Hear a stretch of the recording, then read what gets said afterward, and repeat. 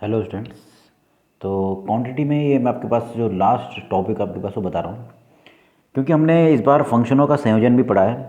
तो जो संयोजन हमने पढ़ा आपके पास, यानी कंपोजिट जो फंक्शंस के रूप में हमने पढ़ा है, तो इन कंपोजिट फंक्शंस के लिए भी हम संततता चेक करेंगे, यानी क्वांटिटी चेक करने वाले हैं आपके पास। ठीक है, तो आपके पास हमने क्वांटिटी के उसमें आपके पास पढ़ा। इससे पहले हम कंपोजिट फंक्शन पढ़ा, तो उसमें गॉफ और फॉग के बारे में पढ़ा है। ठीक, तो ज़्यादा नहीं आपके पास, बस एक परमेय आपके पास है, एक आपके पास संयोजित फलन के लिए। तो अगर वो आपके पास याद है आपके पास, तो उसके अनुसार देखो आपके पास क्या है। देखो थोड़ा सा संयोजित फलन में एक बार मैंने कहा एफ, हम बात करते हैं गॉफ की।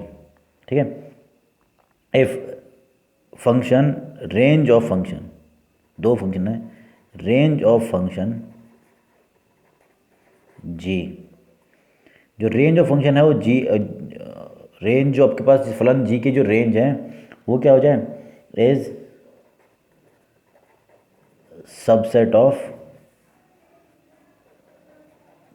Domain of function F.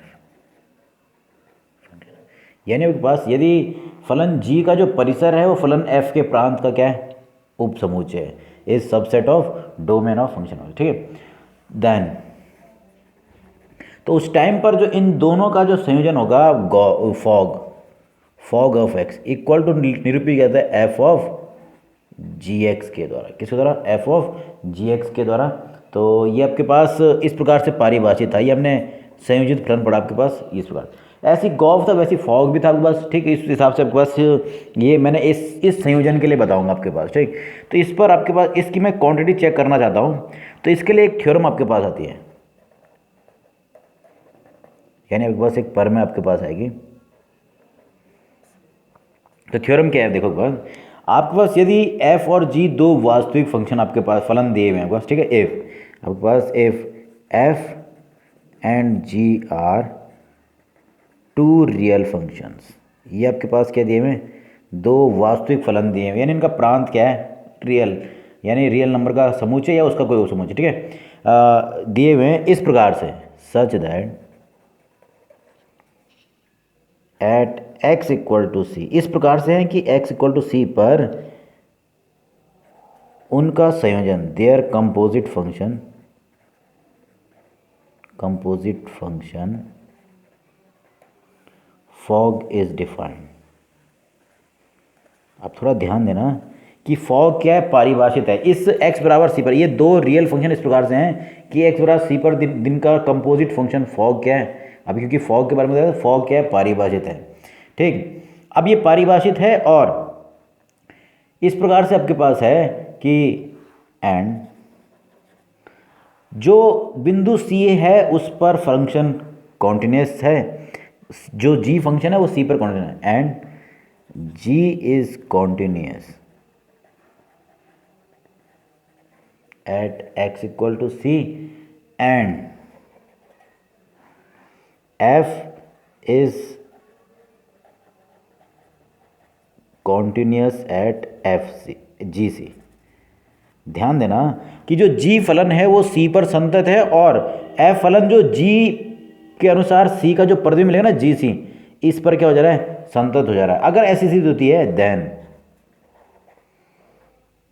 Then fog, जो फॉग फलन होगा वो भी क्या होगा, is also continuous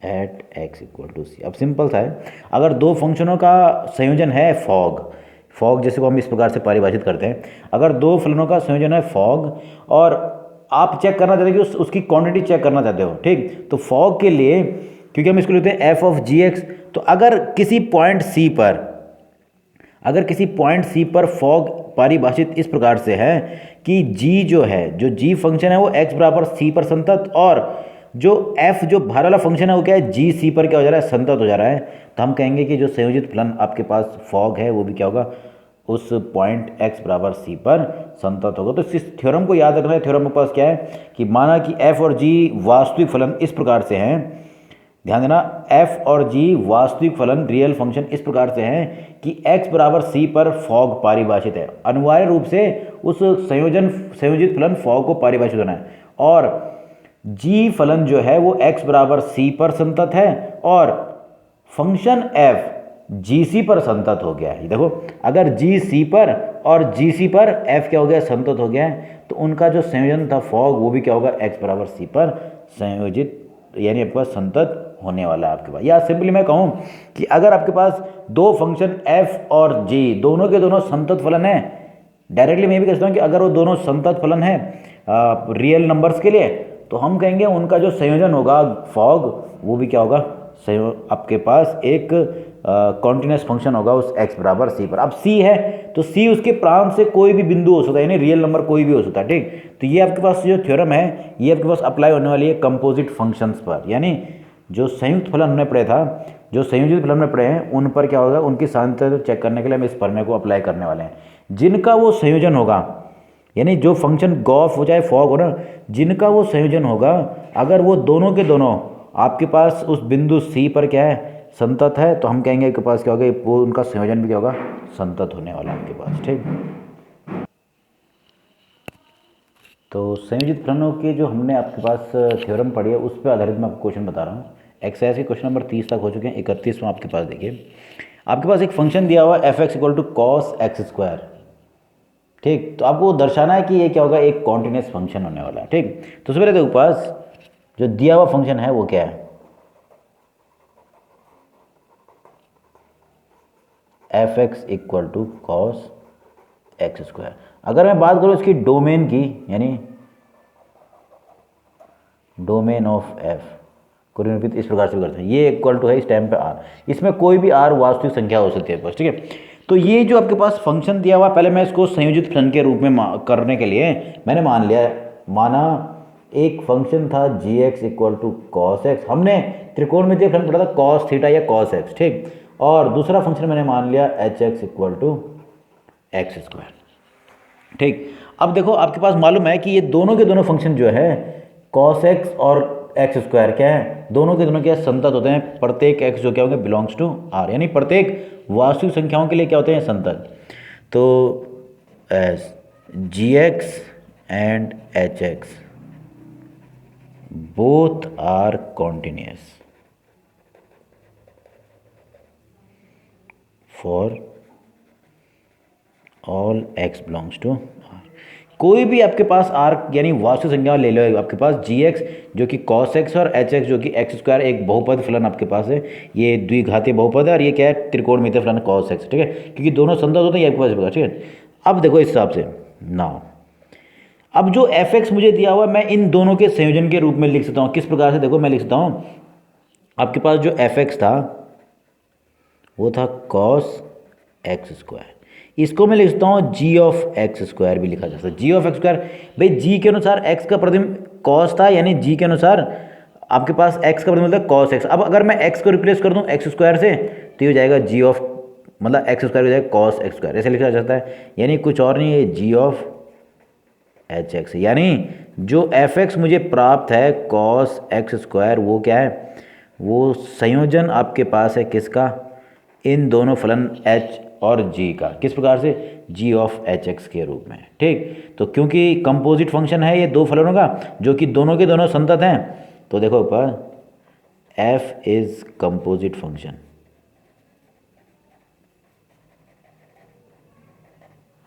of two continuous function, दो संतत फलनों का क्या है ये, अब मालूम है कि एच जी एक्स और एच एक्स दोनों के संतत थे, उन दोनों का क्या संयोजन आपके पास है, तो इसलिए क्या हो गया, F is composite function of two continuous functions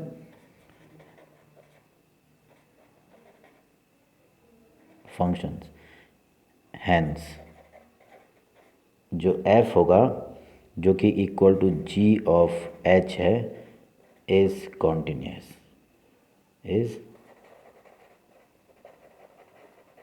continuous on R, ये इसलिए क्या होगा, संतत। मतलब आपको करना क्या होगा, अगर आपको संयोजित फलन दिया है तो आपको चेक करना होगा कि क्या जो जिनका वो दोनों का संयोजन है कि क्या वो दोनों के दोनों फंक्शंस जो हैं वो संयोजित फलन है या नहीं, मतलब आपके पास संतत फलन है या नहीं। अगर वो दोनों संतत होते हैं आर के लिए तो हम कहेंगे उनका जो संयोजन है वो भी क्या होगा, आर के लिए संतत होने वाला है आपके पास, ठीक। तो सिंपल से क्वेश्चन आपके पास होने वाले हैं, तो इसके आगे मैं एग्जाम्पल भी बता रहा हूँ पास। और अब आगे मैं क्वेश्चन नंबर 33वां बता रहा हूँ। तो 33वें क्वेश्चन में आपके पास भी यहाँ पर भी फंक्शन जो दिया होगा वो संयोजन के रूप में दिया होगा आपके पास, ठीक है। तो आपको डिस्कस करना है इस फंक्शन की क्वांटिटी की, मतलब ये संतत है या असंतत है, तो ये आपको इसकी उसके बारे में हमको देखना है बस, ये संतत फलन है या नहीं, ठीक। सबसे पहले देखो सॉल्यूशन में क्या दिया हुआ है। दिया हुआ फंक्शन है f x equal to sine mod x, ये दिया हुआ है। अब थोड़ा ध्यान देना, हमने साइन एक्स पढ़ा है, एक फंक्शन पढ़ा साइन एक्स और एक पढ़ा मॉड एक्स, तो ये इन दो फंक्शनों का संयोजन होने वाला है, ठीक है। तो मैंने मान लिया जी एक्स इक्वल टू था मॉड एक्स और एच एक्स इक्वल टू है साइन एक्स, ये दो फंक्शन मैंने ले लिए। एक तो मापांक फलन है और दूसरा क्या है आपके पास त्रिकोणमितीय फलन साइन एक्स। अब मुझे मालूम है कि बोथ जो g और h फंक्शन है संतत फलन है, ये हमने रिजल्ट के रूप में पढ़े हैं आपके पास, ठीक है।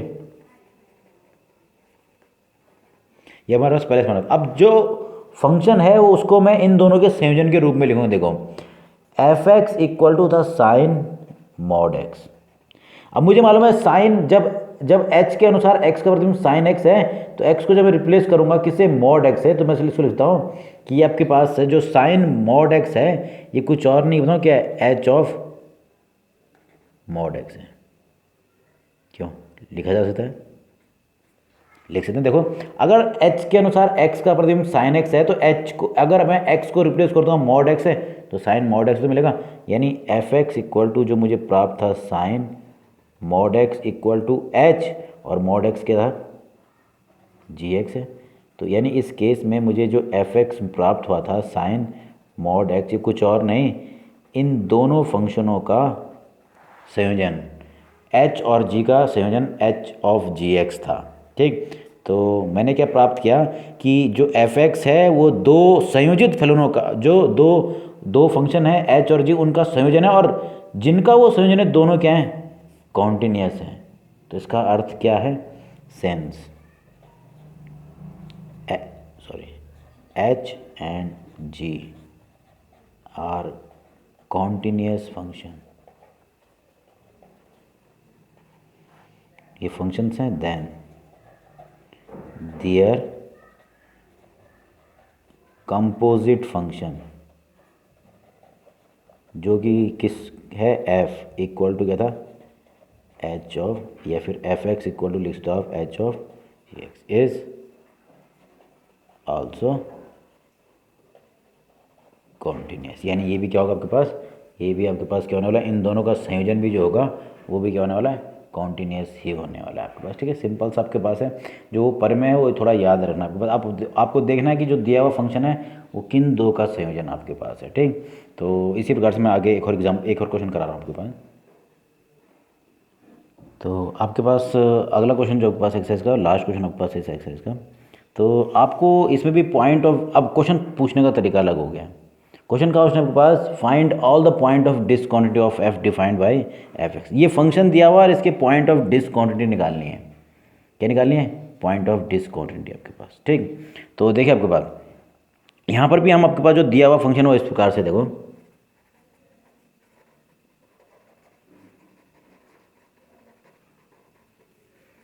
F x equal to mod x minus mod x plus one का, ये आपके पास इस प्रकार से आपके पास, ठीक।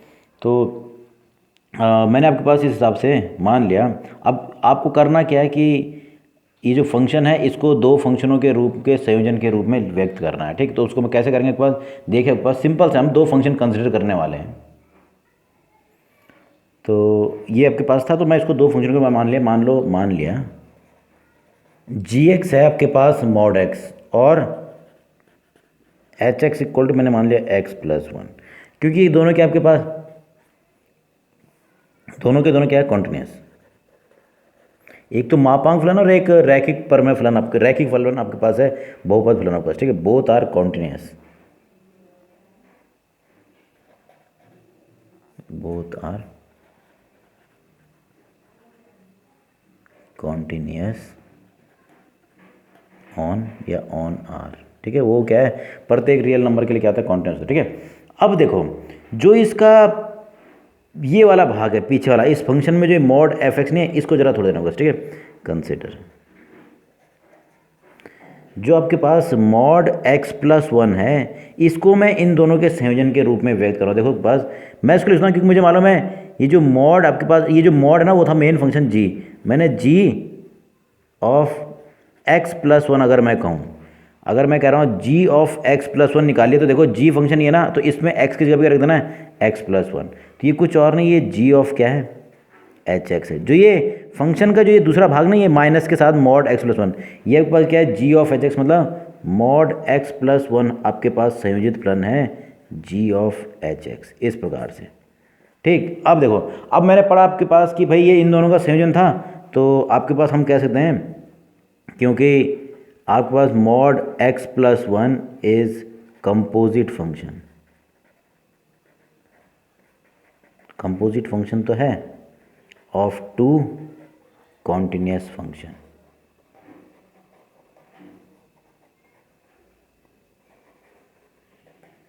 अब ये कॉन्टिन्यूस फंक्शन का क्या है आपके पास, कॉन्टिन्यूस फंक्शन एच एंड जी का क्या है आपके पास, ये क्या है कंपोजिट फंक्शन था, तो इसलिए क्या होगा, क्योंकि मॉड एक्स प्लस वन जो पीछे जो भाग ना वो कंपोजिट फंक्शन है दो संतत फलनों का, तो इसका अर्थ है वो भी क्या होगा, hence x plus one is also continuous on R. अब ये मैंने पता कर लिया कि x प्लस वन जो है मॉड के साथ वो क्या है, एक संतत फलन है। अब अगर मैं fx की बात कर रहा हूँ, also mod x is continuous, ये तो हमको पहले से मालूम है, मापांक फलन है ऑन r। अब तो अगर ये भी संतत है और ये भी मैंने संतत प्रूफ कर दिया है, तो दो संतत फलनों का जो अंतर होगा वो भी क्या होगा, संतत होगा। तो इसका सीधा सीधा अर्थ है जो fx equal to mod x minus mod x plus one is continuous on R. देखो आपने पहले x प्लस वन को सिद्ध किया कि ये क्या आ रहा है, एक पूरा का पूरा दो फलनों के संयोजन के द्वारा मैंने सिद्ध किया, क्योंकि वो एच एक्स और जी एक्स जो था इन दोनों का संयोजन था। अब वो दोनों के दोनों संतत है तो इनका संयोजन भी क्या होगा, संतत। अब क्योंकि इसके साथ एफ एक्स में मॉड एक्स, तो मॉड एक्स भी संतत है और ये भी संतत है, तो आपने पढ़ा है अलजेब्रा में कि दो संतत फलनों का अंतर भी क्या होता है, संतत, यानी एफ एक्स क्या हो गया, संतत। तो इसका सीधा सीधा अर्थ है f has no point of discontinuity, यानी आपके पास इसके ये किसी भी बिंदु पर क्या होगा, असंतत नहीं होने वाला है। तो इसने पूछा था आपके पास पॉइंट ऑफ डिसकॉन्टिन्यूटी निकालना है, पर यहाँ पर आपके पास क्या पता होगा कि ये एक संतत फलन प्रूफ हो रहा है, तो यानी इसके किसी भी पॉइंट पर क्या होने वाला है, ये संतत नहीं हो रहा है। तो ये था आपके पास क्वांटिटी वाला टॉपिक, जो अब मैं नेक्स्ट वीडियो में आपके पास अपलोड करने वाला हूँ। इसके बाद वो आपके पास होने वाला है डिफ्रेंशिएशन शुरू होगा वहाँ से आपके पास, ठीक है। तो इसके लिए आपको थोड़ा सा 11th में जो आपने डिफ्रेंशिएशन के जो फॉर्मूले पढ़े हैं, चाहे वो फर्स्ट प्रिंसिपल हो, जो प्रथम सिद्धांत आपने पढ़ा है, या डायरेक्ट जो प्रोडक्ट रूल है, डिवीज़न रूल है आपके पास, या कुछ ट्रिग्नोमेट्रिक फंक्शनों के डेरिवेटिव, पॉलिनोमियलों के डेरिवेटिव कैसे निकालते हैं, वो आपको आ जाना चाहिए। इस बार हम पढ़ेंगे, जो शुरुआत करेंगे तो सबसे पहले आपके पास आएगा संयोजित फलनों के ही अवकलज। उसके लिए आपके पास चेन रूल है, तो कुछ कुछ आपके पास थोड़ा सा 11th में भी बता दिया जाता है, पर यहाँ पर आपके पास चेन रूल के लिए हम अलग सा जो संयोजित फलन है उनके लिए एक अलग सा फॉर्मूला पढ़ते हैं, एक थ्योरम पढ़ते हैं आपके पास, चेन रूल, नियम आपके पास है, श्रृंखला नियम जिसे कहते हैं आपके पास, ठीक है। तो वहाँ से आपके पास होगा। उसके पश्चात जो जो फंक्शन हम यहाँ पर इस साल पढ़ते जा रहे हैं, इन्वर्स ट्रिग्नोमेट्रिक फंक्शन, जो आपके पास संयोजित फलन, उनके ही हम अवकलज करने वाले हैं। तो बेसिक आपने 11th में पढ़ा है और इस साल हम उसको थोड़ा यूज़ करने वाले हैं आपके पास, ठीक। तो ये था आपके पास अभी तक 5.1 एक्सेस, जिसमें हमने क्या क्वांटिटी से रिलेटेड क्वेश्चन किए हैं आपके पास, जो कि टोटली किस पे डिपेंड करता है, लिमिट्स, और कुछ थ्योरम्स हैं जो इंपॉर्टेंट रिजल्ट्स आपके पास हैं कि पॉलिनोमियल फंक्शन, मापांक फलन यानी मॉडुलस फंक्शन आपके पास हो गया, कांस्टेंट फंक्शन हो गया, और रैशनल फंक्शन हो गया, और जितने भी ट्रिग्नोमेट्रिक फंक्शन हैं वो अपने अपने प्रांतों में क्या होते हैं आपके पास, हमेशा संतत होते हैं आपके पास, ठीक। तो ये रिजल्ट्स आपको याद रखने हैं। ओके।